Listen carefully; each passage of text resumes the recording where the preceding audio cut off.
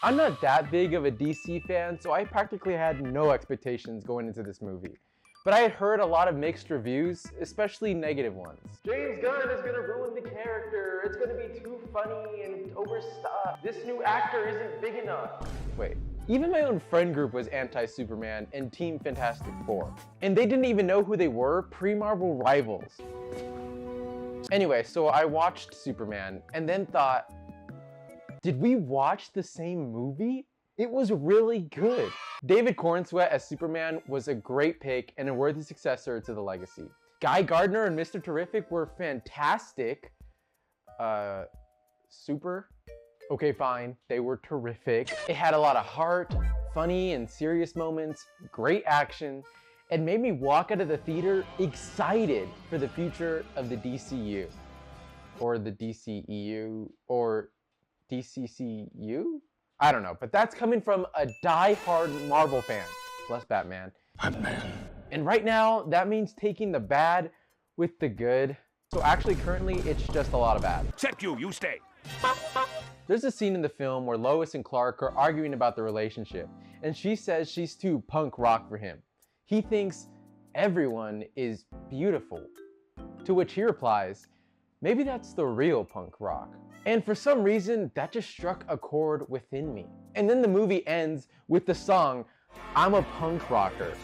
Like, absolute cinema. Yes, this is the Superman we need. It was so refreshing to walk out of a theater filled with hope, wonder, and optimism, and to see that reflected in a protagonist. In a world where everyone is so pessimistic and nihilistic, and so many shows and movies have a broken main character or the evil Superman trope, it was just really nice to feel good again. So what the heck were these people on when watching the movie? I think there's three main criticisms that are going around, which to me are kind of all superficial and not really good. After I debunk them, I'll give actual criticism that I'm not seeing literally anybody talk about. Okay, the first. This new Superman is too weak and gets beat up too much. Which is like, sure, but I only recall him losing a fight twice. Spoiler alert, both of which he loses to a clone of himself. If anything, that just shows the only person he can lose to is himself. It was never an issue to me and creates a grounded main character. The second critique is the humor.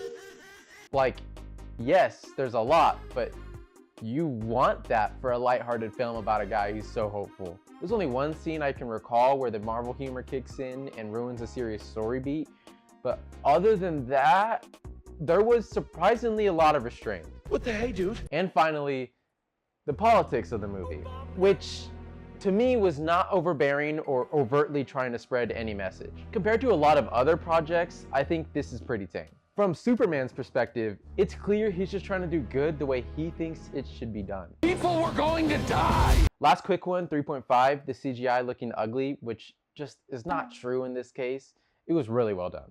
Okay, now some actual critiques. I'll give 3 better critiques than the ones I talked about. First, I've seen a lot of glaze for Lex Luthor, the D1 hater. Ugly dog and a king.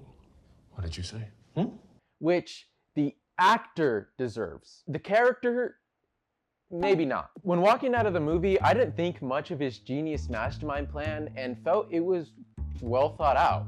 But then, once you start to put a little more critical thinking into his actions, then his genius persona starts to fall apart. Like, his main goal was to make the world see Superman the way he does. So he does this in a really complicated, convoluted way and orchestrates this foreign conflict in Barovia, or Barovia, then needs to find some blackmail, and then it conveniently turns out that Superman's parents are evil. Which, the film did not need to do that and kind of ruins that legacy. I don't know. We've seen the I'm more than my evil parents trope so many times now. Like in I was actually just talking to my friend about this, and he mentioned that we've also recently saw this in The Batman, where it's discovered that the Waynes were corrupt apparently and involved in the Renewal Project, and also even in My Adventures with Superman. Realistically, the fact that Superman, an American icon, decided to involve himself in a foreign conflict, the cause of immense global tension, would already be enough to cause public discourse and distrust in Superman, ignoring the fact that this pivotal plot point occurred off-screen, which to be honest, I don't really like. It would have made for a smarter and more depth-filled film. That's kind of mouthful. And I felt like the public switched up way too fast on him. Like Superman just saved the city from the giant monster, and all of a sudden the news turns on all the screens and tells everyone Superman wants a harem or whatever. And everybody in an instant turned on him. It gave me severe whiplash. And my suggestion, or I don't even know if it's a suggestion because it already happens in the movie, would have been a smoother transition for public discourse. The same could be said for how fast people switched up on Lex. There's gonna be some Lex lovers still, and I kinda wish he didn't get arrested at the end, and instead there was some room for plausible deniability, especially since he is this genius mastermind. And it's also just crazy to me that he would keep this bimbo girl around and let her take selfies of his secret plans, which is the critical point of his demise. If he removed her, it would have actually given a chance for the Daily Planet staff to do some real investigative work and provide a substantive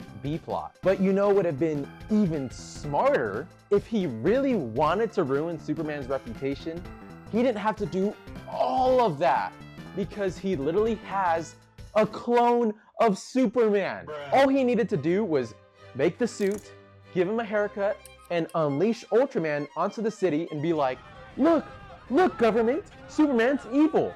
See, he needs to be taken down. Which actually perfectly leads me to my second critique, Ultraman. You know, for a clone of Superman, you would think that he would care a little bit more, that he kind of just offed himself. Like he showed more empathy to a squirrel over a version of himself. As corny as it would have been, he should have at least tried to connect with the clone. I mean, that's Superman.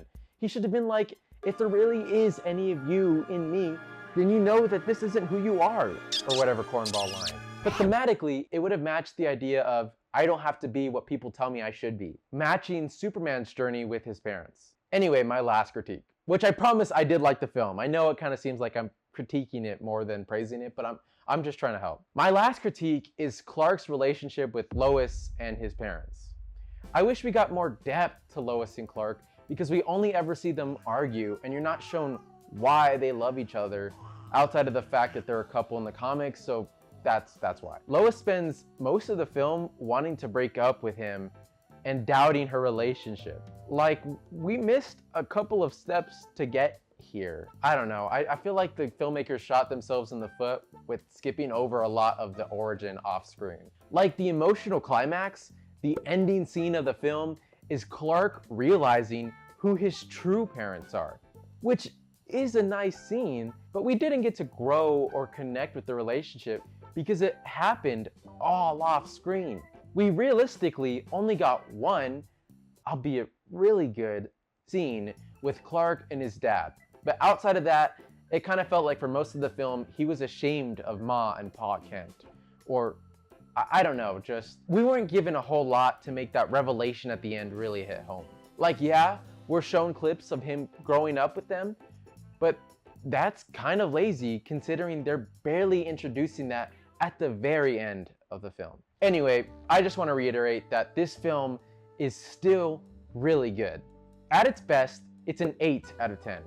At its worst, it's a 7 out of 10. To say it's not a good film would be dishonest. This is an extremely strong start to the future of the DCEU. And frankly, as a Marvel fan, I'm excited for that. Competition breeds success.